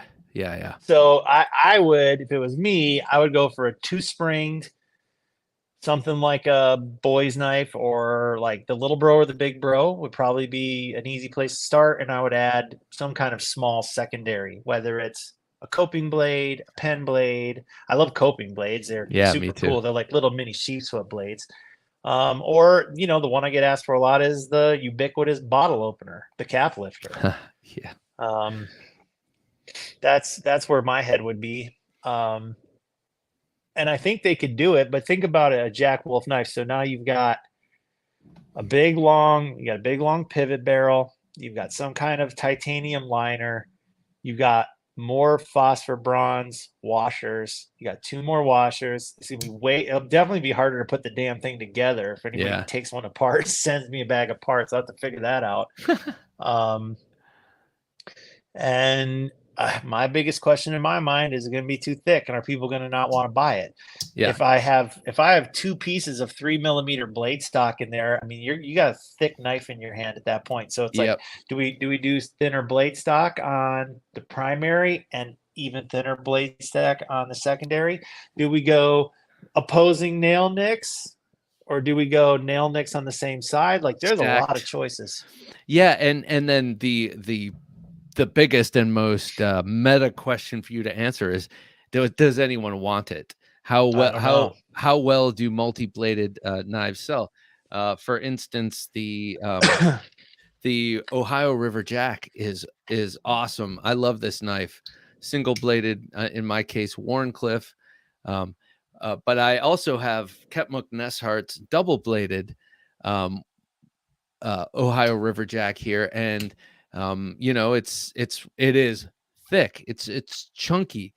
Now, that said, it's not a knife I would carry in my pocket, but it is a knife that would be great to work with because of that feeling of surety in your hand. But yeah, man, that is a big, thick knife, and I think it's tricky. I mean, I have a bunch of multi-bladed uh,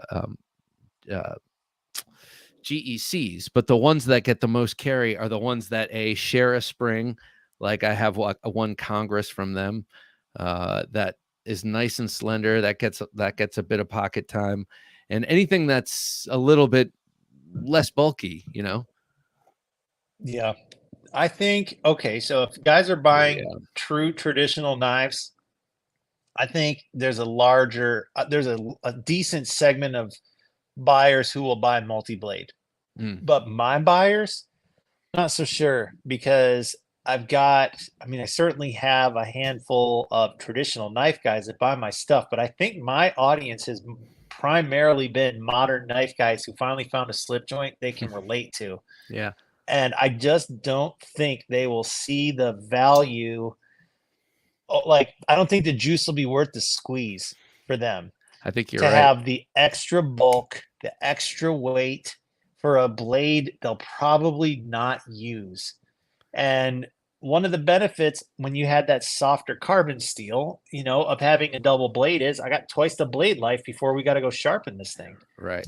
But with these modern steels, man, I mean, you can go a long ass time before you need to sharpen it. And if you just hit it with a strop every now and then, dude, you don't even need a second blade. Yeah. Yeah, So, that is a very good point.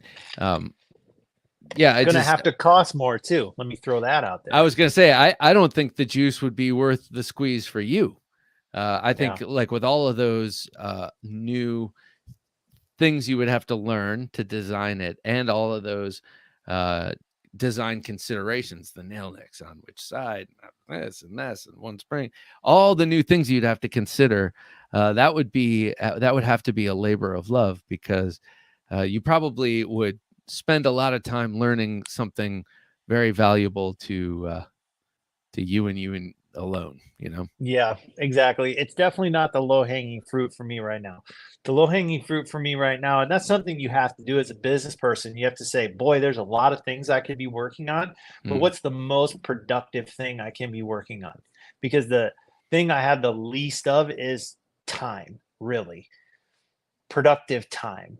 So what do I need to be working on right now for the success of my business, you know, to serve my customers? And my customers tell me, where's more locking knives, Ben? We want more locking knives. So that's the low hanging fruit. So it's kind of where I've been focused. And like, I foresaw this coming, which is why I designed so many knives up front. But the time to design is very hard to come by right now for me. Yeah. It's getting better because I have a full-time guy and I have his wife helping me part-time. So it's getting better. But that situation started in July. So it's only been July, August, September. It hasn't even been 4 months yet of help. And there's a lot of training going on. So, you know, realistically, by the end of the year into early next year, I will have a much harder focus on that. But for now, it's just keeping the ball rolling. Yeah, man. You say something that is not only maybe obvious in terms of like how you should run a business, but also it's what people who are spending their hard-earned money on not inexpensive knives, what they want to hear is that you are here to serve them or to serve us and to give us what we want, as opposed to I want to make a multi-bladed, I'm going to make a two-bladed spay, double spay blade, whatever the people don't want, but I'm interested in trying to figure. I mean, that would obviously be brand suicide, but it would also be selfish in a way that I don't think people would tolerate. People like knowing that they're being listened to, and that they're being appreciated. And by offering that low hanging fruit, or in listening to that, I think you do a great service to your customers, and that's why people keep coming back. Yeah, absolutely, man. I mean, you have to, there's a balance there, because as the person who's really driving the artistic expression, you can't allow 100% of what you produce to be driven by the hearts of others, but realistically, if you want to have a successful business, you better be listening to the market and paying attention to the market, and be flexible in your artistic pursuits. If you just want to make art and whoever buys it, I don't care. It's like, I paint it, I throw it in the fire, I don't care. I'm this artist. Like, okay, there's that guy. But that's not me. I'm trying to serve my community, while maintaining my creativity and my artistic expression. But it really is what the community wants that's going to drive where I focus my artistic expression, instead of me trying to force my artistic expression and my desires onto everybody else. So in terms of other slip joints out there, are there any that interest you? There's C. Reisner cutlery. There's Rosecraft. I'm just thinking of knives that I've recently been interested in checking out. I've gotten a couple of the C. Reisner knives, and I've been resisting Rosecraft, not resisting, but just not jumping all over Rosecraft because I just haven't been. But now I'm interested. I want to check their work out. Is there anyone out there making knives kind of like yours? Maybe on yours are pretty high end. Anything out there that you're appreciating that you would consider kind of in the same stream, just a little downstream? Yeah, absolutely. So I'll touch on three.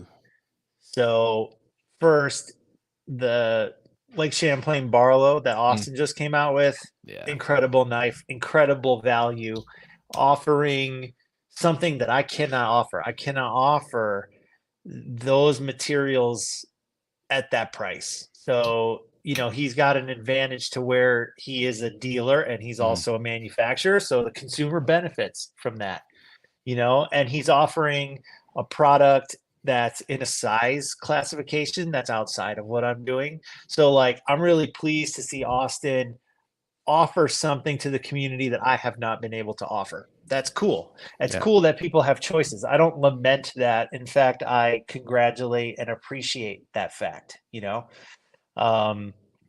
Then in addition, when you mentioned Rosecraft, I have handled a couple of those. More so, what interests me about what they're doing is the amount of success and growth they've had in a short period of time. So from like kind of the business side of things, very curious about, and maybe not curious, but I've enjoyed observing their approach and what they've done in the marketplace. It drives my brain in a whole different direction. So I'm just watching with interest what they're doing, because they're having a lot of success in the sub $100 price point. And I think that price point's been more or less dominated by Case and Rough Rider. Yes. Yep. Okay. So and that's a tough arena to compete in, but it showed me that there's opportunity there. And I still think there's opportunity there for me. How to participate in that price point, no idea. Yeah, I yeah, have right. ideas, but nothing that's crystal clear to me at this point. So it's just Yeah. food for thought. And then the last thing that really I am impressed with on the upper end of things is Evan Nicolaitis, Esnix, Oh yeah, yeah. the customs he's been making.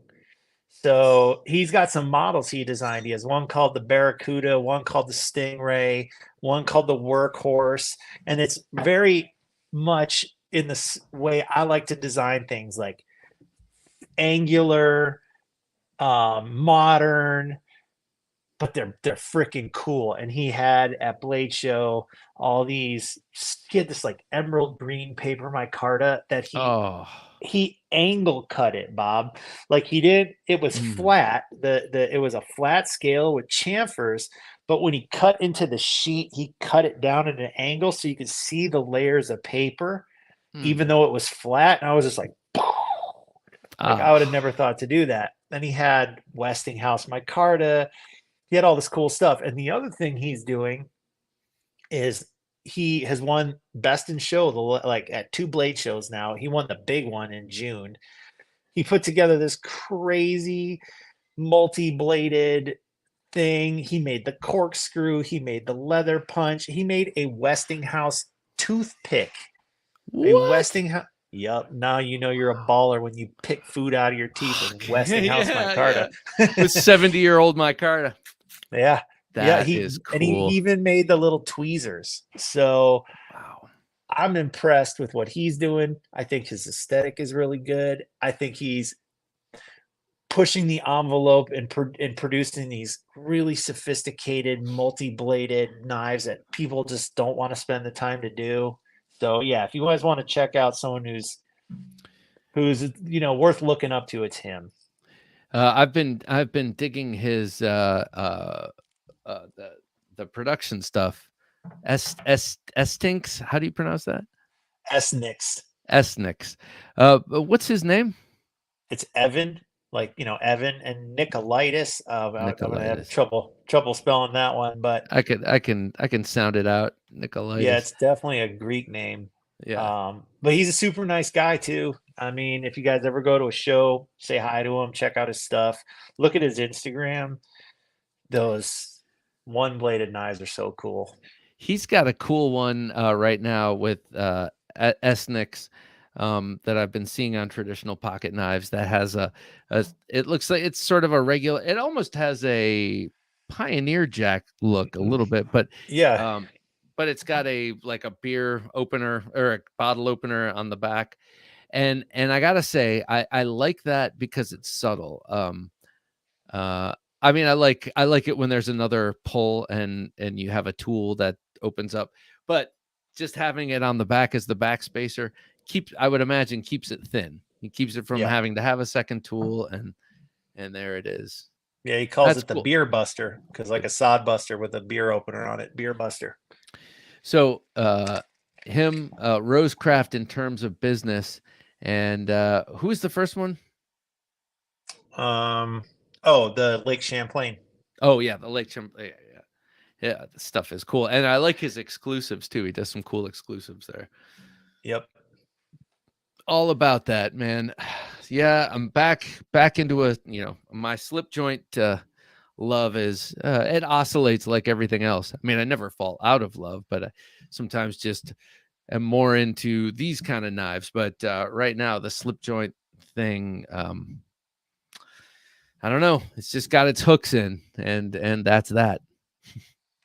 Yeah, it'll do that. I mean, at the end of the day, you're the knife junkie, not the slip joint junkie. But it's good to know that every once in a while those slip joints get on top of you and keep you down for a minute. I like to hear Yeah, that. yeah, man. You were talking about Esnix was some old Apostle P videos at Tony Bose's house, so he learned. Oh wow, some from the master. That's pretty cool. You put out a challenge a little while ago where it was slip joint only, and Hmm. you gave a dispensation for those who wanted to carry a fixed blade also. But I like that. It's a cool cool challenge. Uh, Greg Maroney, one day I'll get a slip joint, maybe a Jack Wolf.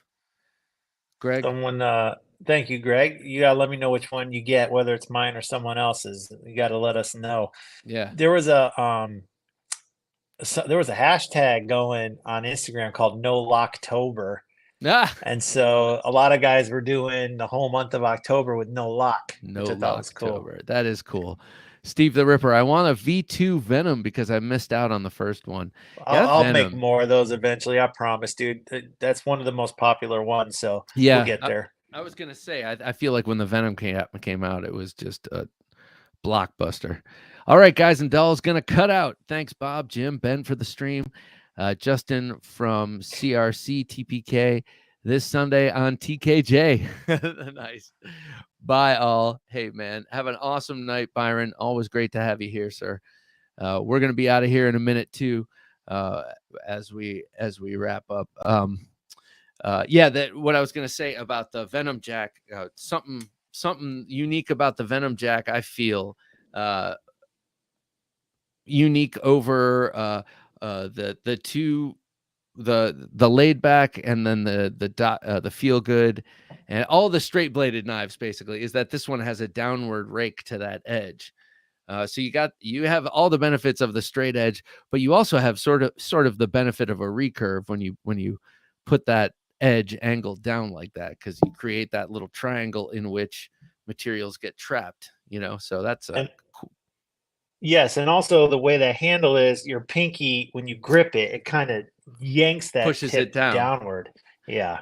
This is like a trapper handle, wouldn't you say? Kind of. Yeah, I would say so for sure. That's what I call it, like a Warncliffe trapper. And probably the most aggressive cutter in the collection. Like that thing, you put that in your hand and that angle's coming down and you're Yeah, just cutting through stuff. yeah, yeah. This thing is And so it's bad. thin. It's a good one. It is thin, yeah, and the broadness. It's a broader blade than some, and that will make it even thinner. Northern Knives, Exactly. thanks, Bob. Thanks, Ben. Thanks, Bob. Great stream as always. Have a good night, junkies. Off to the cigar lounge for a smoke and a bourbon. Man, that sounds awesome. Well, That's enjoy very it. like rugged Alaskan man of you. Yeah, I yeah. like it. Gonna do some whittling and some knife Yep. throwing. That's cool, man. Thank you guys up in Alaska, and thank you for that email. I'm gonna figure out how to make that work for sure. Blade Ogre, thanks for the stream, Bob, Ben, and Jim. Night all. Have a great weekend, Chris. Have an awesome weekend. I'm looking forward to this weekend. It's going to be way chiller compared to the past few, and then it's back going down to Texas. I'm looking forward to that. The Texas Custom Knife Show. That should be a lot of fun. I'm doing the California Custom Knife Show for the first time this year. It's in Ooh. LA, my birthday weekend on November 11th and 12th. So I'm doing that Oh, show. I didn't do the gathering in Las Vegas this year because I wanted to try this California one instead. So that'll be really cool. And that's the weekend of your birthday. That's cool. My yeah, nephew it'll be good. is the 10th. Oh, So right on, right on. yeah. So good time of year. All right. Well, yeah, be sure to check out Ben. If anyone's still left in the stream, Ben, let people know about the Vampire Jack and what else is available out there. I see little dribs and drabs. Your knife sells so quickly. It's always a surprise to see when companies actually have them in stock. So, but I know Yeah, you've upped your capacity. yeah, we don't want them to be immediately unavailable. It's not the idea. The idea is to get knives in people's hands. So we're trying to, you don't want to overproduce. So it's always a process figuring out what that right amount of knives is. And also, knives don't sell at the same pace all year long. So there's that. But Vampire Jacks, they came out last week. Everything except the dark matter red you should be able to find at most dealers still. It hasn't been out that long. If you're having trouble finding something specifically, just give us a shout. The way you would find the dealer list is you go to jackwolfknives.com, and then if you click the menu button on the top of the web page, there's a link right. First one says authorized dealers. You can trust any of those dealers on the list. Everybody charges the same price. Shop who you like. And international, we're all over the place. So if you're not in the US, we still got you covered more or less. You can participate with our community at Jack Wolf Knives Worldwide. which is a private Facebook group. It's an amazing group. Great people, no drama, lots of fun. Cool. As far as previous models, well, they're pretty much arranged on the order of release from most recent at the top going backwards. There's still some feel-good jacks left. There's some Pioneers and there's some laidbacks. Pretty much everything before that's mostly gone. As I mentioned earlier, there's Midnight Jacks, purple and gold at Sportsman's Warehouse until they're gone. And those are pretty cool. And we go to all the knife shows, we go to the 3 Blade shows, and we'll be in California in November. So if anybody needs anything, we're easy to get a hold of. The Facebook group, Instagram direct message, support@jackwolfknives.com. Just reach out. We'll get back to you. Have a nice day, says Ben. See you at the show. And Ben, I will see you soon, man. Thank you so much for coming on Thursday Night Knives. It's always a pleasure. Always good to see you and chat. I never get tired of talking with you about knives, and I never get tired of your Jack Wolf knives. So as someone else put it earlier, you're doing it exactly right. So thanks for everything you do here, man. I appreciate it, Bob. Thank you for the platform, as always. You got it. All right, everybody.